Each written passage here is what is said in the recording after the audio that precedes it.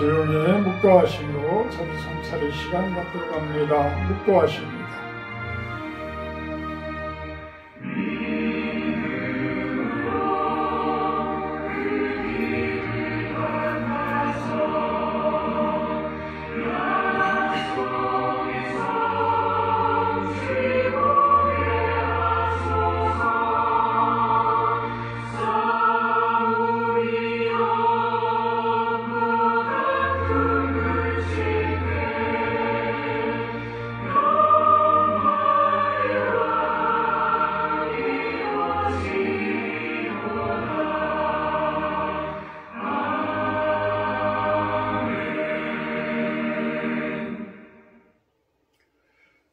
너희 의인들아 여호와를 즐거워하라.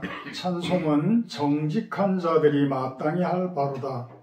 수금으로 여호와께 감사하고 열줄 비파로 찬송할지어다. 새 노래로 그를 노래하며 즐거운 소리로 아름답게 연주할지어다. 여호와의 말씀은 정직하며 그가 행하시는 일은 다 진실하시도다. 아멘. 사장으로 찬양 올려드립니다.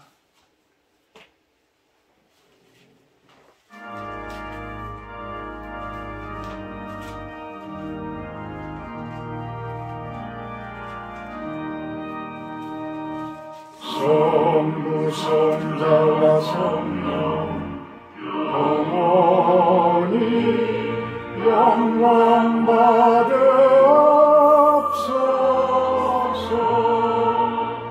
태초 지금까지 또 길이 영원 무궁 성삼위께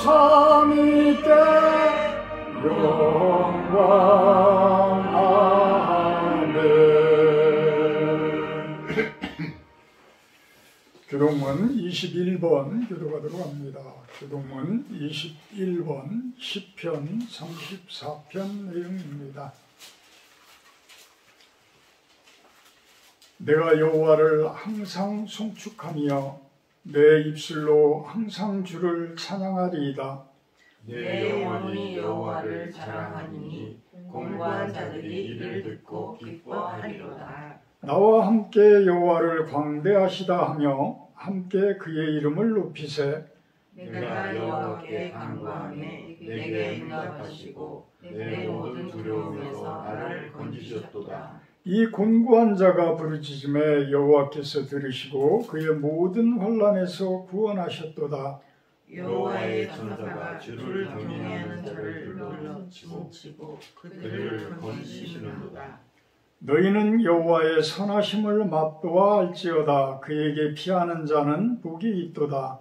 너희 성도들아 여호와를 경외하라. 그를 경외하는 자에게는 부족함이 없도다. 젊은 사자는 궁핍하여 죽일지라도 여호와를 찾는 자는 모든 좋은 것에 부족함이 없으리로다. 아멘. 다 같이 사도신경하심으로 신앙 고백하도록 합니다. 나는 전능하신 아버지 하나님 천지의 창조주를 믿습니다. 나는 그의 유일하신 아들 우리 주 예수 그리스도를 믿습니다.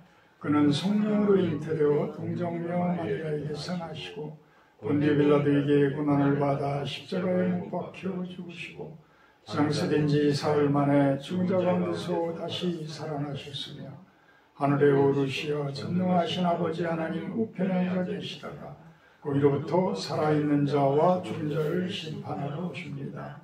나는 성령을 믿으며 거룩한 공교회와 성도의 교제와 죄를 용서받는 것과 몸의 부활과 영생을 믿습니다. 아멘.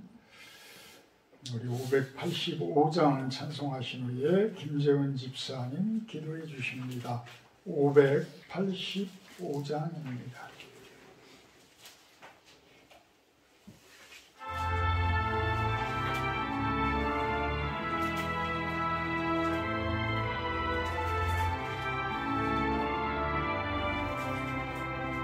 내 주는 강한 성이요 방패와 병기 되신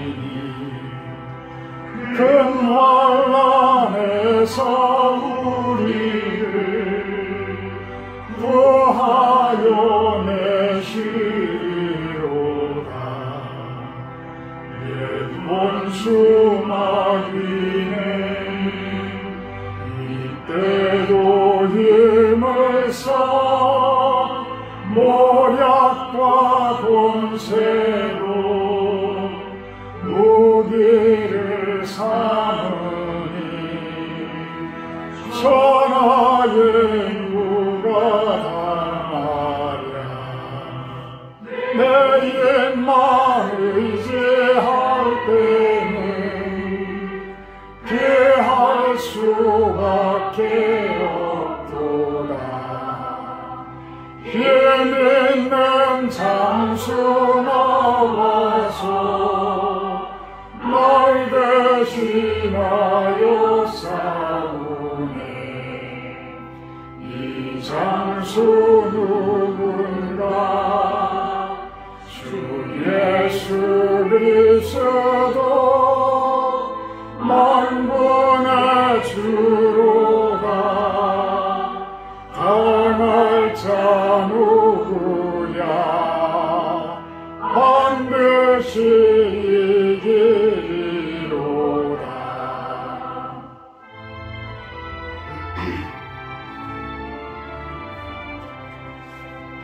이 땅의 마귀들아 우리를 삼키려 하나. 겁내지 말고 섰거라. 진리로 이기리로다. 첫 번째 물과 명예와 생명을 다 빼앗긴데도 진리는 살아서 그 나라 영원하리라.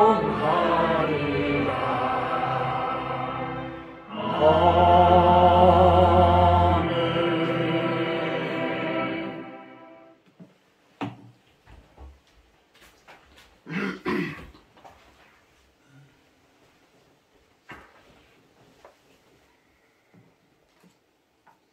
천지를 창조하시고 운행하시는 하나님 아버지, 주의 날을 맞이하여 성도들 실로원에 모여 영과 진리로 예배합니다. 일용할 양식, 푸른 하늘, 단풍을 허락하심에 감사드립니다. 심화되는 전쟁들, 기상이변, 생명공학의 도전, 동성애, 인구 감소, 빈부격차, 북한과의 갈등 등 국내 외적으로 암울한 현실입니다. 하나님의 창조 질서, 섭리, 정의, 공의를 수호하기 위한 심판 중에도 구원의 은혜를 결국은 베푸시는 하나님의 사랑에 의지하여 선한 길로 인도하심을 간구합니다. 아멘. 하나님 은혜를 맡은 선한 청지기로서 십자가상의 예수님을 따라 거룩함으로 사랑으로 나아가게 하옵소서. 아멘. 연합예배에 참석하시는 목사님 부부, 100만의 참석자들과 함께 하나님의 창조 질서를 지키는 청지기로서 우리도 함께 기도하기 원합니다. 아멘. 단위에 세우신 목사님, 영육을 강건케 하사 성령 충만함으로 대언하시는 말씀을 통하여 선한 청지기의 사명을 깨닫고 정진케 하옵소서. 아멘. 예수님 이름으로 기도합니다. 아멘.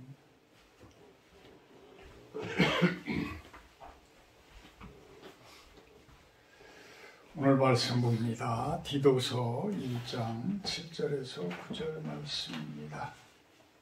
디도서 1장 7절에서 9절 말씀입니다.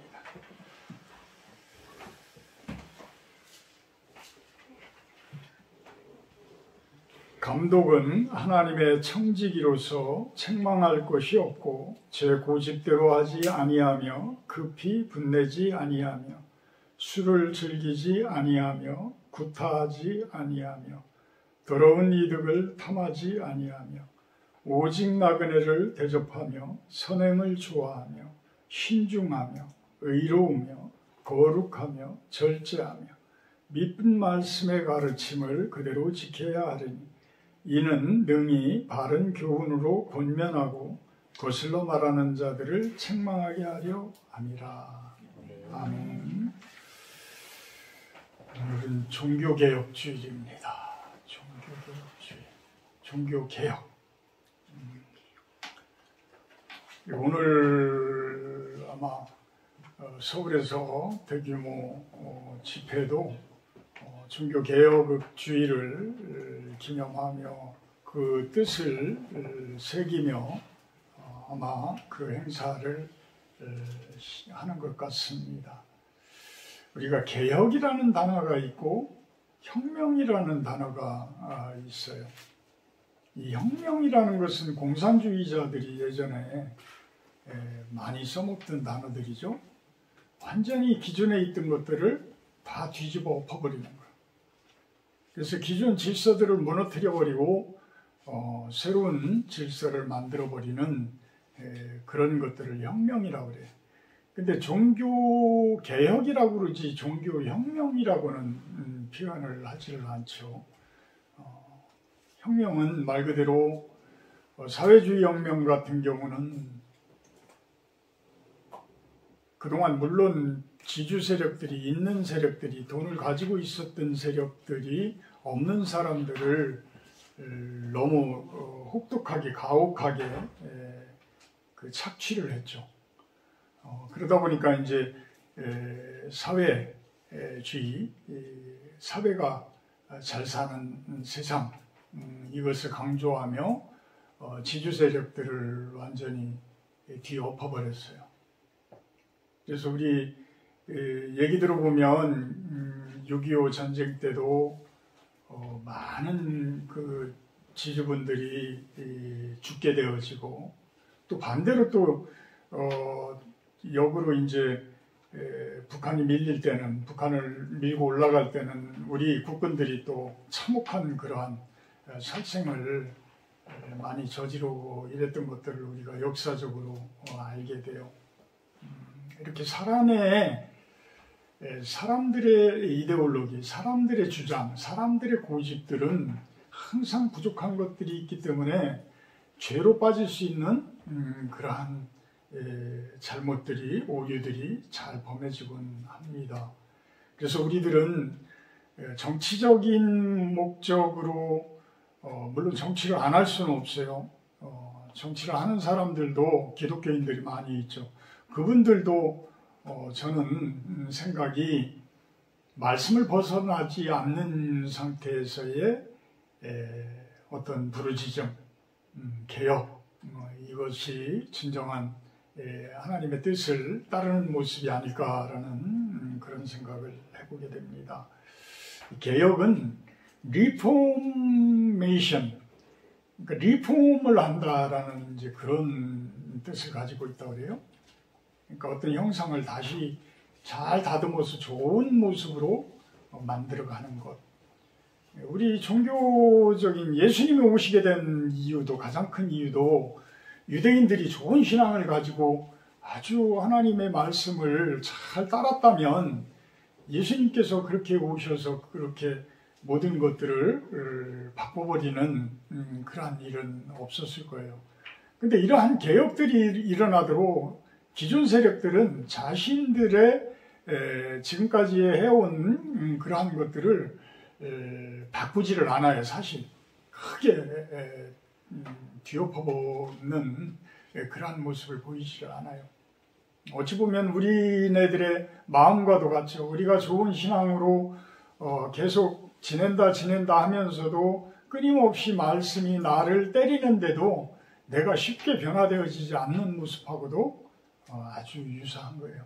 그렇지만 하나님께서는 그것을 바꿔야 하기에 리폼을 해야만 하기 때문에 그래서 예수님을 보내시고 또한 종교개혁 같은 경우에는 기존 가톨릭이 워낙 부패되어진 그러한 모습을 보였기 때문에 새로운 개혁주의가 탄생되어지게 되는 거예요.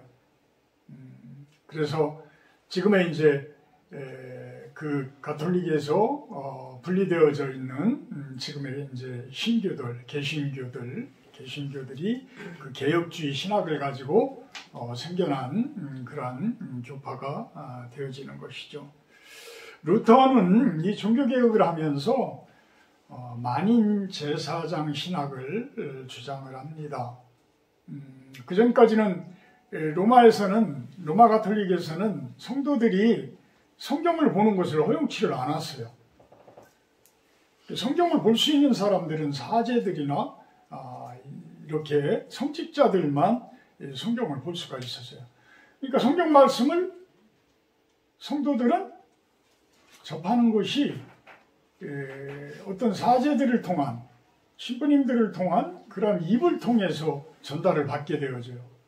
근데 우리 목사들도 어제도 제가 잠깐 오랜만에 만난 분들하고 얘기를 나누면서 제 동영상, 제 설교의 영상을 보고 무슨 교장 선생님도 아니고 이렇게 딱딱하게 설교를 하냐 뭐 이런 이야기들을 하더라고요. 근데 저는 그게 오히려 좋았어요. 감사했어요. 왜 그러냐면 하나님의 말씀을 전한다고 하시는 분들이 사람들의 귀에 쏙쏙 들어갈 수 있는 그러한 이야기들을 해주게 되면, 많이 해주게 되면 인기도 얻고 아주 좋아져요. 사람들도 많아지고 성도들도 많아지고 하겠죠. 근데 문제는 뭐냐면 하나님의 말씀을 전하는 입에 플러스 목사의 생각이 들어가 버리면 나중에는 이게 잘못되어질 수가 있어요. 잘못되어질 수가. 그래서 그러한 부분들이 저는 항상 설교를 하면서 정통적인 설교를 해야 되겠다. 비록 딱딱하지만 가장 정통적인 설교를 끝날까지 해야 되겠다. 그것이 가장 말씀을 벗어나지 않는 방법이고 가장 바른 방법이 아닐까, 설교 방법이 아닐까라는 그런 생각을 하게 돼요. 사실 우리들이 이 앞에서 말씀을 가지고 여러 가미를 쳐가지고 그것을 이야기를 하다 보면 나중에는 내 감정이 들어가 버리고 목사의 어떤 사고방식, 이데올로기가 들어가면서 그 예배의 말씀 전하는 과정들이 잘못하면 극우에 빠질 수도 있고 극좌에 빠질 수도 있고 하나님의 말씀조차도 완전히 바꿔버릴 수 있는 이런 상태가 되죠. 제가 신학대학원 다닐 때 아주 존경하던 교수님이 나보다 어린 교수님이지만 뭐 서울대 경영학과까지 나올 정도면 아주 똑똑하신 분이에요. 근데 그분의 신학은 아주 우리들을 상쾌하게 만들어. 기존에 어떤 보수적인 신학이 좀 고리타분한 느낌들이 좀 많이 들어간다라고 생각을 하면 그분의 신학은 아주 사이다 같은 그런 모습이었어요. 그러니까 학생들이 워낙 좋아해요. 그분의 강의라든지 이런 부분들을 아주 좋아해서 강의실도 꽉꽉 차. 근데 요즘에 페이스북이나 이런 데 올리는 거 보면 무지갯빛을 잔뜩 올려놔. 그러니까 그분의 신학이 너무 많이 간 거예요. 너무 많이 간 거예요. 그러니까 이런 부분들이 말 그대로 신학이 하나님의 말씀의 정통적인 신학이 되어져야 되는데 어떤 개인적인 신학이 되어지고 이런 것들이 가미가 되어지게 되면 이렇게 하나님의 섭리의 강을 뛰쳐나갈 수가 있다라는 거예요. 벗어날 수가 있다라는 거예요. 그분들이야 뭐 여러 가지 똑똑하니까 뭐 변명할 수 있는 그러한 여지들이 많이 있겠지만 그렇다면 성경 자체를 다 부정해요? 그럴 수가 없잖아요. 아무리 시대가 변하고 상황이 변한다고 하더라도 진리인 것은 진리예요. 정의인 것은 정의예요. 그것을 벗어날 수는 없다라는 거예요. 만인 제사장, 여러분들이 다 목사님들이라. 여러분들이 다 사역자라는 거예요. 우리들이 다 사역자라. 여기에서 설교하고 있는 나나 내 설교를 듣고 있는 집사님들이나 여러분들이나 또 모르는 사람들, 말씀을 모르는 사람들 앞에 가면 여러분들이 목사가 되어야 한다는 거예요. 여러분들이 제사장이 되어야 한다는 거예요. 여러분들이 그분들에게 말씀을 전해야 된다라는 이야기. 그래서 성경이 우리한테로 오잖아요. 자, 우리 교파 중에서, 개신교 교파 중에서 평신도가 설교할 수 있는 교단이 있어요. 어디인지 아세요? 감리교단은 평신도도 설교를 해요. 근데 이제 그분들이 그러면은 목사로서의 그 직위가 너무 가벼운 것 아니냐라고 생각을 하지만 천만에요. 그분들의 어떤 그 위계체제는, 목사님들의 위계체제는 그 교단을 또 뛰어넘을 수가 없어요. 그분들은 감독이 있어. 감리사가 있고 감독이 있어. 그 제도가 있어. 그래서 그 위에 분들이 철두철미하게 밑에 분들을 관리를 해요. 그래서 밑에 분들이 잘못되어진다라고 한다 그러면 그 목사님을 다른 데로 추방을 시켜버리고 그 교회에 다른 분을 임명을 해요. 이 정도로 아주 강해. 그러면서도 주일날 설교를 평신도로 올려보낼 수가 있다라니까. 평신도로 올려보낼 수. 이게 만인 제사장에 대한 그 신학을 과연 얼마나 철두철미하게 지키고 있느냐. 그런 뜻도 있을 것입니다. 자, 목사라고 하면 어떤 조건일까? 오늘 디도서를 보게 되면 아주 상당한 말들이 있어요. 아주 참 어려운 말들인데, 야, 이거를 과연 다 지킬 수가 있을까? 근데 말씀 안에서 하나하나 다듬어져 가면 언젠가는 반드시 세워지고 지켜지리라고 믿습니다. 7절에 보게 되면 감독은 하나님의 청직이다.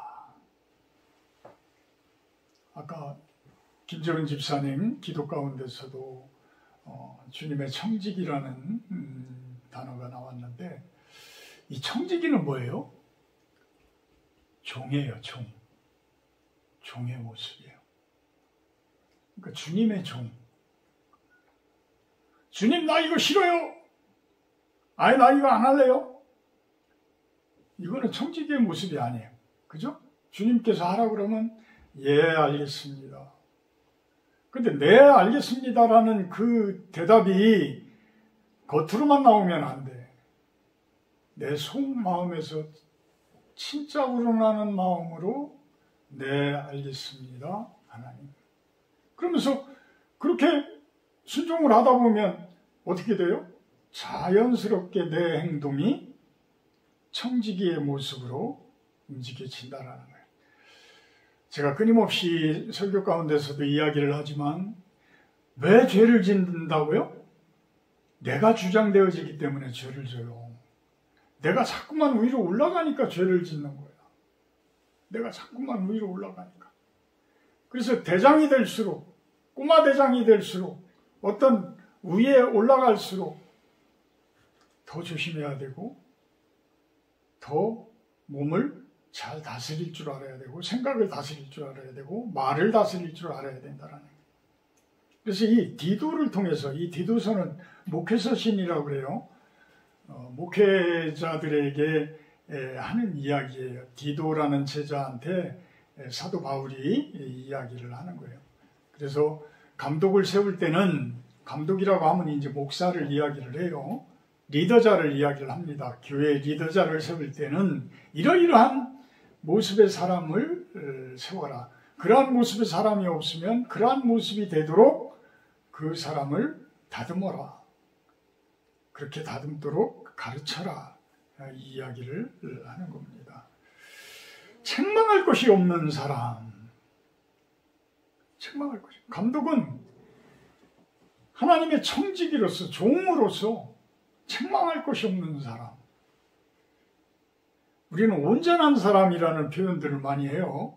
성경에 온전한 사람을 영어 성경으로 해석을 해서 이렇게 보게 되면 온전하다라는 표현이 어떻게 나오냐면 퍼펙트로 나와. 퍼펙트. 뭐예요? 완전하라. 완전하라. 참 완전할 수는 없어요. 사람이니 우리는 어둠의 DNA를 다 가지고 있는 사람들이기 때문에 완전할 수는 없어요. 그렇지만 온전할 수는 있어. 온전한 사람이 되기 위해서 끊임없이 노력할 수는 있어. 이게 한국말인 것 같아. 우리 한국말이 그래서 어려운 것 같아. 예? 한다. 그죠?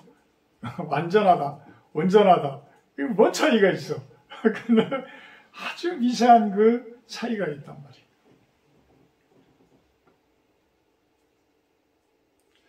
저는 참 어제 만났던 분들이 그동안 두 분 다 뭐 천안이고 집이 아산이고 그런데 옛날에 사업할 때부터 만났던 사람들이에요. 참 한 분은 천안에서 폐차장을 하다가 쫄라당 망하고 그러고서 이제 서울에 올라와서 건축 사업을 시작을 하신 분인데 그 시작을 하실 때 내 도움을 많이 받았어. 그래가지고 돈도 많이 벌었었죠. 돈도 많이 벌었었는데 내 도움을 받아서 제가 좀 도움을 많이 줘서 돈도 많이 벌었었는데 이 서로가 이렇게 많은 것들을 가지고 있다 보면 쉽게 다퉈. 왜? 내 주장이 세지기 때문에. 내가 강해지기 때문에. 그러니까 그분하고 다퉜던 내용들이 아주 상당히 많았던 것 같다. 근데 이제 나는 나대로 여기 내려와서 이제 광야 생활을 하고 그분은 그분대로 천안에서 이제 오피스텔까지 짓고 하다가 오피스텔이 잘못되는 바람에 또 한 번 완전히 이제 밑바닥을 이제 걷는 그런 상황이 됐죠. 그렇게 되고서 한 5년 정도 지금 지났는데 그동안은 연락을 안 하다가 이제 제가 다시 만나게 됐어요. 근데 지금은 서로가 이제 그 아픔들을 이해들을 너무 잘하는 사이가 되다 보니까 오히려 마음을 다 터놓고 이야기할 수 있는 그런 마음들이 생기더라고. 어제도 그러면서 이제 조만간에 우리 교회에 와서 예배도 드리겠노라고 그렇게 이야기들을 하시는데 예전에는 그분이나 나나 진짜 욕을 너무 많이 먹고 살았어요. 욕을 너무 많이 먹고. 이렇게 없는 분들이 이렇게 가지게 되면 그거를 잘 다스리면서 오히려 겸손한 모습이 되어야 할진데 자꾸만 사람들은 가지면 교만한 쪽으로 이렇게 자꾸만 가지는 것 같아요. 그러면서 이제 스트레스는 스트레스대로 그냥 엄청나게 오고 그러니까 사람들한테도 욕을 먹으면 당연히 무슨 얘기예요? 사람들한테 욕을 먹는다는 얘기는 하나님께 욕을 먹는 거야. 하나님께 책망을 듣는 거야. 그래서 내가 지금 세상 속에서 사람들과 참 좋은 관계로 내가 살고 있나? 이게 결국은 내가 지금 하나님과 좋은 관계를 맺고 있나? 이런 질문과도 똑같은 거예요. 그래서 제일 큰 계명이 하나님과의 관계고 이웃과의 관계를 이야기를 하는 거예요. 그러니까 수직적 관계, 수평적 관계를 이야기를 해요. 그러니까 이웃은 제일 가까운 이웃은 누구예요? 우리 가족들이에요. 1촌, 2촌, 이 가족들이야. 그 다음엔 친척들이고 이런 모습들이야. 하나님은 촌수를 따질 수 없는 그러한 관계의 분이셔.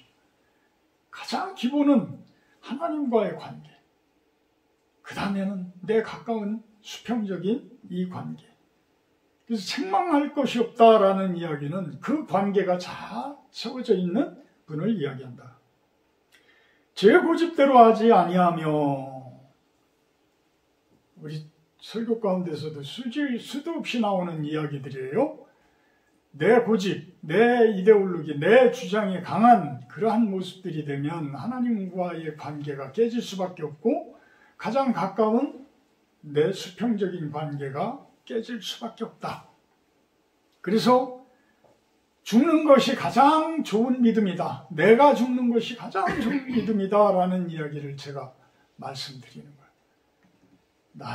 나라는 사람이, 나라는 그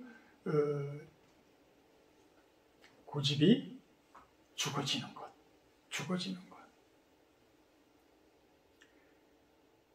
그러다 보면 급히 분내지 아니하며, 저는 누구보다 화가 많은 사람이라고 이야기했습니다. 화가 많아. 그러니까 막 순간적으로 그걸 참지를 못해서 사고를 치는 경우도 많았어요. 살아온 과정들을 보게 되면 그것들이 아주 많았었어요. 이제는 제가 이제 목사가 되어지고 이러니까 그렇게 이제 표출이 안 되지만 그래도 화가 날 때는 나요. 얼마 전도 아니죠. 어제 그제인데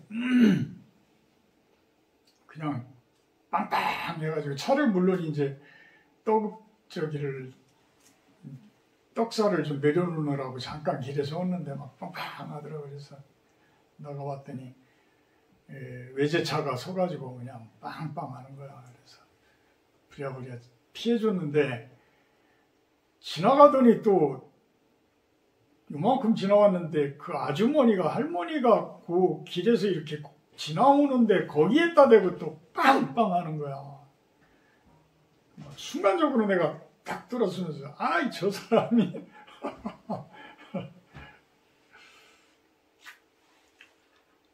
이렇게 젊었을 때는 그런 화가 잘못하면은 주먹으로도 가고 물건으로도 가고 막 이러잖아요.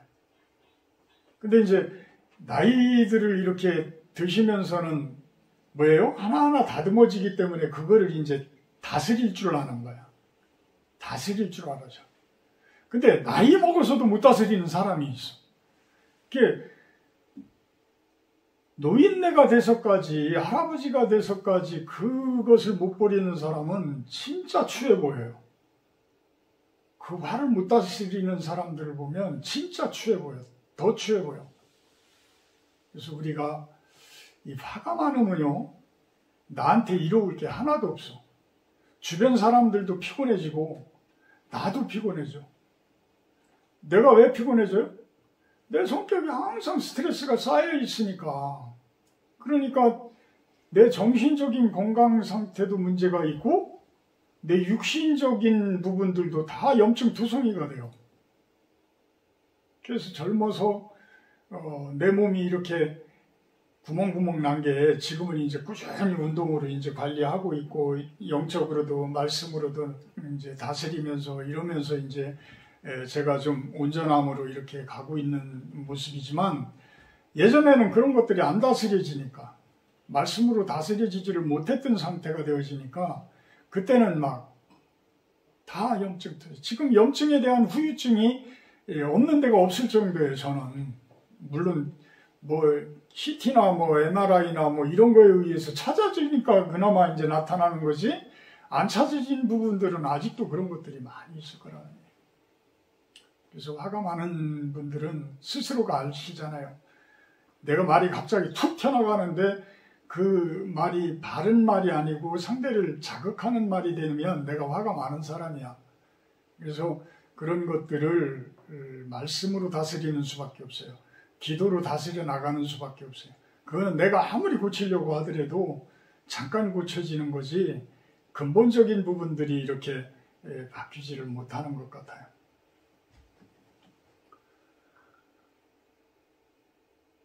다섯 번째는 이제 술을 즐기지 아니하며. 술을 즐기지 아니하며. 물론 술이 알코올이 뭐 생막걸리 같은 경우나 뭐 이런 경우에는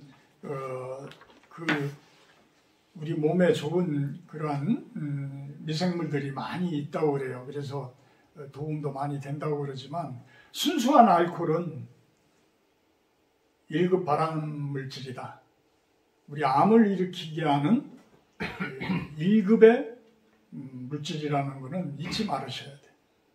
그리고 그것이 이제 지나치게 되면 중독이 될 정도가 되어지게 되면 물질적인 부분들도 엉망이 되어지고 가정도 엉망이 되어져요. 그래서 그 정도로 남에게 실수를 하고 물질적으로 힘들어지고 가정이 어려워질 정도가 된다 그러면 그분은 술을 끊어야 돼. 조금씩도 할 필요가 없어. 아예 딱 끊어야 돼. 담배 끊듯이 딱 끊어야 돼. 술, 담배 끊는 거는 얼마나 어려운지 제가 알아요. 제가 끊어봤으니까 얼마나 어려운지 알아. 근데 할 수 있어. 말씀의 힘을 의지해서 가시면 할 수 있어요. 그래서 처음이 어렵지. 처음 한 달이 어렵지. 한 달 지나고 나면 그다음부터는 계속 고통이지만 뭐 담배 같은 경우에는 뭐 거의 5년까지도 계속 마약 같은 것 유사해서 그 생각이 남아요. 그래도 말씀의 입각에서 끊을 수가 있어. 과감하게. 지금은 술, 담배 끊으신 분들이 아주 많이 있잖아요. 여섯 번째는 구타하지 아니하며. 구타하지 아니하며. 그러니까 자녀들 때리지 말라는데 자녀들 노하게 하지 말아라. 성경에서 에베소서나 골로새서에 보게 되면 사도 바울이 그런 이야기를 해요. 자녀를 노엽게 하지 말고라는 표현을 합니다. 왜 그러냐면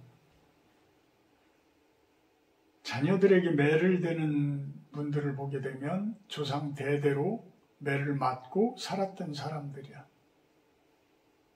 그래서 내가 우리 아버님한테 매를 맞았기 때문에 내가 자녀들에게 손을 대는 거예요.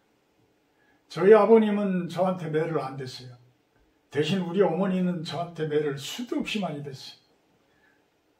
저는 뭐 말도 못하게 얻어먹고 살았어요.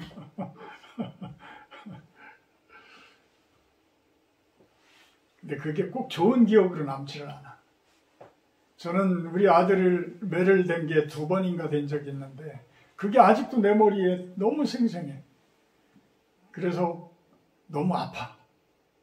내 마음이 너무 아파. 근데 이렇게 말 그대로 어떤 개선을 위해서 인격을 위해서 적절히 되어지는 매도 이렇게 마음이 아픈데 구타가 되어진다는 구타는 뭐예요? 그냥 때리는 거예요. 그러니까 이런 상황이 되면 그거는 습관적이 될 수가 있고 내가 편하기 위해서 어떤 자녀를 노하게 하는 그런 모습이 될 수가 있기 때문에 또 목사님들도 또 심지어는 사모님들까지도 막 그렇게 폭력을 행사하고 하는 그런 분들도 있다고 그럽니다. 7절에 7번째는 더러운 이득을 탐하지 아니하며. 더러운 이득. 어떤 게 더러운 이득인지 알죠? 내 양심을 팔면서 돈을 버는 일. 내 양심을 팔면서 돈을 벌지는 말자. 윈윈을 하자. 상대도 윈이 되어지고 나도 윈이 되어지는 그러한 일들을 하자. 근데 대부분 이런 선한 마음을 가지고 자본주의 시장에 들어가서 일을 하다 보면 성공하는 사람들이 별로 없어. 그 자본주의 시장 속에서는 온갖 진짜 뭐라 그래 반칙이 성행하고 하는 곳에서 페어플레이만 해가지고는 골을 넣을 수 없는 축구 경기 뭐 이렇게 제가 표현을 하게 돼요. 그렇지만 결과론적으로 보게 되면 하나님이 보는 앞에서의 성공은 페어플레이가 가장 좋은 인생이다. 가장 좋은 삶이다. 8번째는 나그네를 잘 대접해라. 나그네. 너희들도 애굽에 나그네 되었다라는 표현을 하죠. 애굽에 가서 돈 벌어 왔어. 애굽에 가서. 그랬더니 이스라엘 민족들이야. 근데 그곳에 오는 나그네들을 다 터부시하고 그들을 어떻게 보면 착취하고 이런 모습이 되어지게 되면 그건 하나님의 뜻이 아닌 거예요. 지금의 가자지구나 어떤 레바논을 향한 이스라엘의 모습들이 과연 사랑의 모습일까? 이웃을 사랑하는 모습일까라는 것에 대한 퀘스천 마크는 우리들이 가질 필요가 있는 거예요. 사실 우리 대한민국은 좋은 나라예요. 왜 좋은 나라냐면 외국인들에 대한 대우가 그렇게 나쁘지 않아요. 외국인들에 대한 대우가 그렇게 나쁘지 않아요. 물론 예전에 초창기에는 어떤 공장장이라든지 뭐 사장들이 뭐 여러 가지 잘못들을 많이 했지만 국가적인 차원에서 보면 그렇게 나그네들을 어떤 적대시하고 터부시하는 이런 모습은 아니다. 우리들조차도 이제는 외국인들에 대한 이방인들에 대한 그러한 서름들을 잘 감싸주고 도와줄 수 있는 그러한 모습들이 돼야 된다. 어디 가서 객지 가가지고 서름을 당해보신 분들은 제가 이렇게 말씀드리는 거에 대해서 이해가 갈 거예요. 사실 어떤 다른 동네에 가서 여기 계신 분들은 다 여기가 타지예요. 그죠? 전해 지방이 객지야. 그래서 여기 와서도 그런 것들을 이제 느낄 수도 있었을 거예요. 어쨌든 그런 서운한 마음들이 생기지 않도록 우리 이웃들, 우리 외국인들 이런 분들에 대해서 대접하기를 잘해라. 그렇게 이야기를 합니다. 그러면서 선행을 좋아하고 신중하고 의로우며 거룩하고 절제하라. 이게 결국은 저는 행복의 완성이라고 표현을 해요. 이런 모습들, 어떤 선행을 하는 모습, 신중한 모습, 의로운 모습, 거룩한 모습, 절제하는 모습, 이런 모습들이 결국은 하나님이 주신 그 복에 완성되어진 모습이다. 완성되어진 모습이다. 그러면서 9절에서는 미쁜 말씀의 가르침을 그대로 지켜야 하리니 내 의지대로 사람들의 비유를 맞추기 위해 변형하지 말아라. 말씀대로 이기고 이야기하고 말씀대로 지켜라. 참 이것같이 쉬운 것 같고 어려운 그러한 이야기는 또 없어요. 하나님의 말씀은 말씀이에요. 예수님의 복음은 복음이에요. 진리예요. 그거는 변할 수가 없는 거예요. 그걸 변형시키지 말라는 거야. 누가? 우리 만인 제사장들이. 우리 만인 제사장들이. 타인들을 가르칠 때에, 말씀을 전할 때에 그 사람의 비유를 맞추기 위해서라든지 그 사람의 어떤 단순한 전도만을 목적을 위해서 아닌 것도 긴 것처럼 이렇게 이야기하는 그런 모습이 되지 말아라.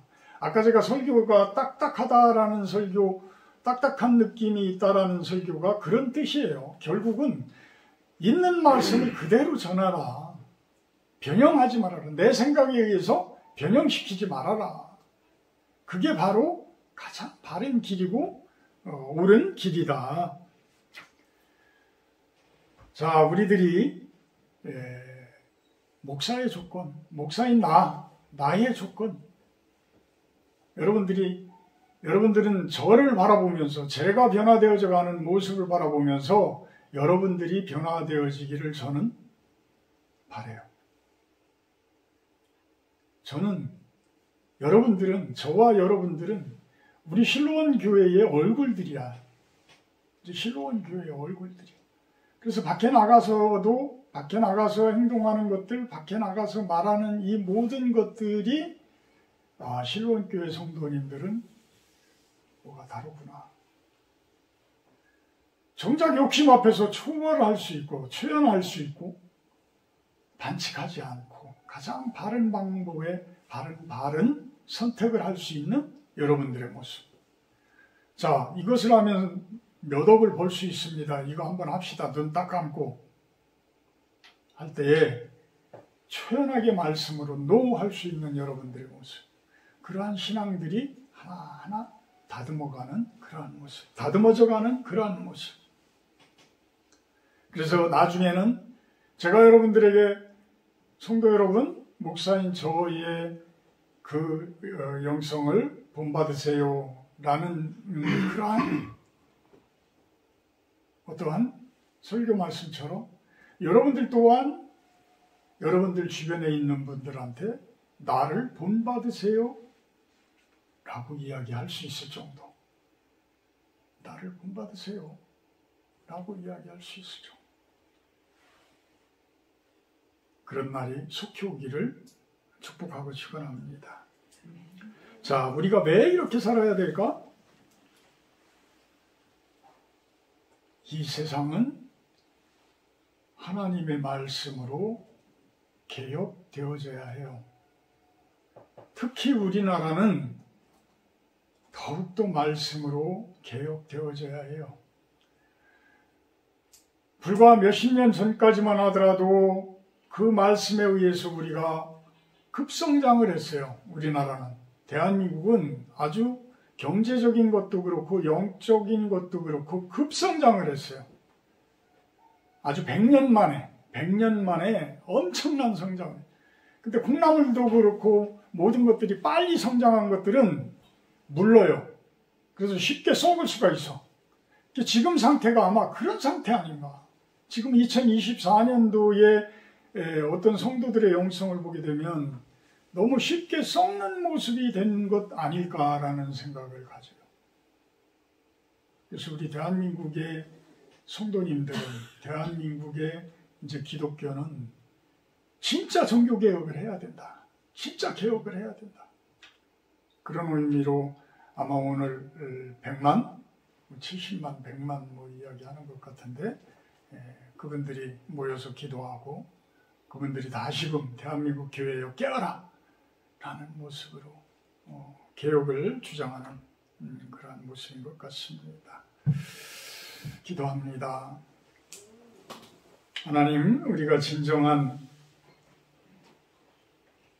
말씀의 리더자가 되어져서 바른 교훈을 권면할 수 있고 또한 거슬러 말하는 자들을 책망할 수 있는 그러한 우리들의 영성이 되어지게 하여 주시옵소서. 디도서를 통해서 우리가 앞으로 나아가야 할 우리들의 영성의 모습, 고쳐나가야 할 것들을 알아봤습니다.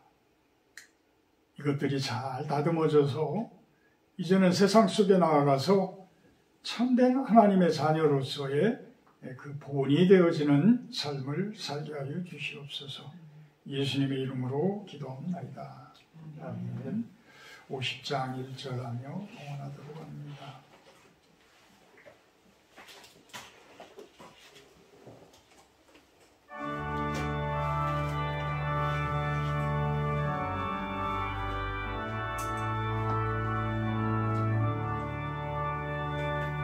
내게 있는 모든 것을 아낌없이 드리네. 사랑하고 의지하여 주만 따라 살리라. 주께 드리네. 주께 드리네. 사랑하는 구주 앞에 모두 드리네. 아멘. 작은 예물을 담아 우리의 마음을 담아 올려드립니다. 하나님, 이 땅 가운데 주님의 영광이 되어지는 곳, 주님의 이름이 알려지는 곳에 사용되어지게 하여 주시옵소서. 그 손길들 축복하셔서 저분들의 기도, 저분들의 간구가 주님 안에서 차곡차곡 이루어지도록 인도하여 주시옵소서. 예수님의 이름으로 기도하옵나이다.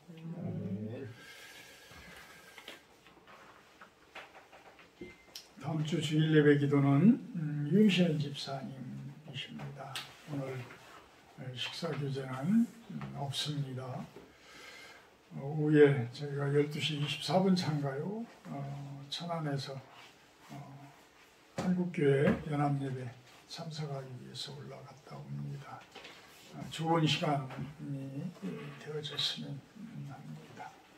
여러분들도 기도로 동참해 주시고 이렇게 전국에 있는 교회들이 무엇을 위해서 지금 부르짖는지 그것을 종교개혁 주의를 맞이해서 그 의미를 깊게 생각하는 하루 되시기를 바랍니다. 586장 찬송하신 후에 축도로 마치도록 합니다.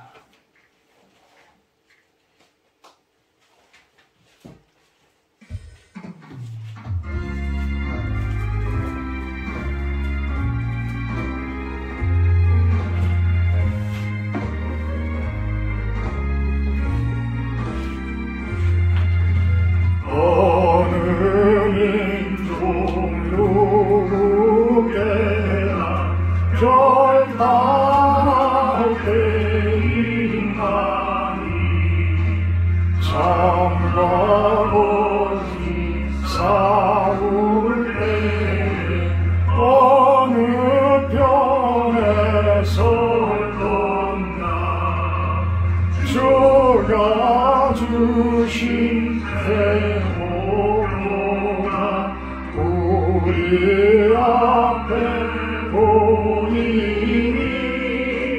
빛과 어둠 사이에서 선택하며 살리라. 고상하고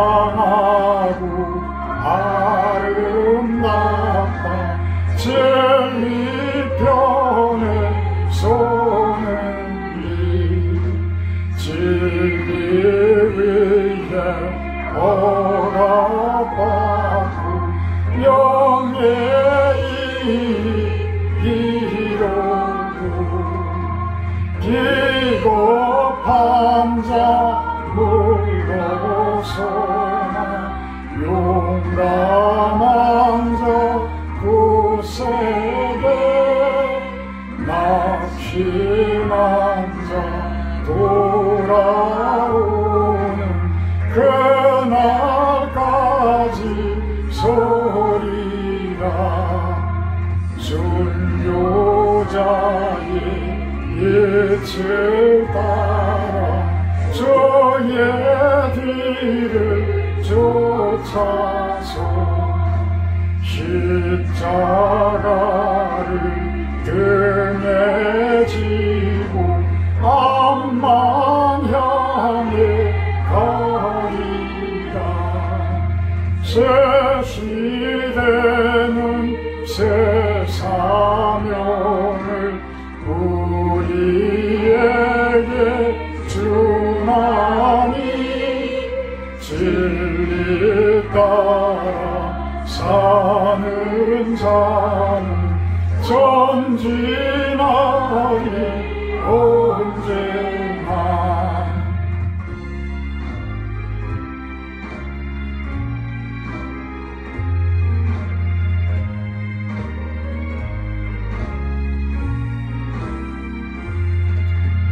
악이 비록 성하여도 진리 더욱 강하다.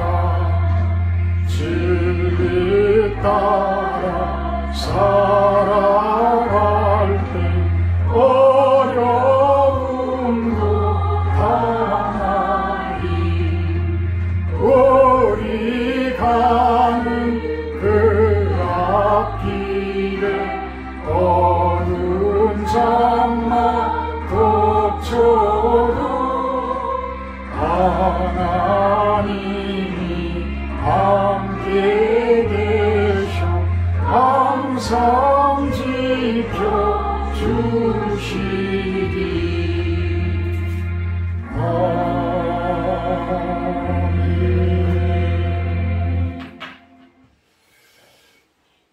우리 주 예수 그리스도의 은혜와 아버지 하나님의 극진하신 사랑하심과 성령의 교통 임재하심의 축복이 이곳에 모인 우리 실로원 성도님들 머리 위에와 영상을 통해서 예배드리는 성도님들 머리 위에 온 세상 가운데 하나님의 말씀으로 개혁되어지는 그러한 하나님 나라를 위해 기도하는 당신의 귀한 백성들 머리 위에 영원토록 함께하기를 간절히 축원하옵나이다. 아멘.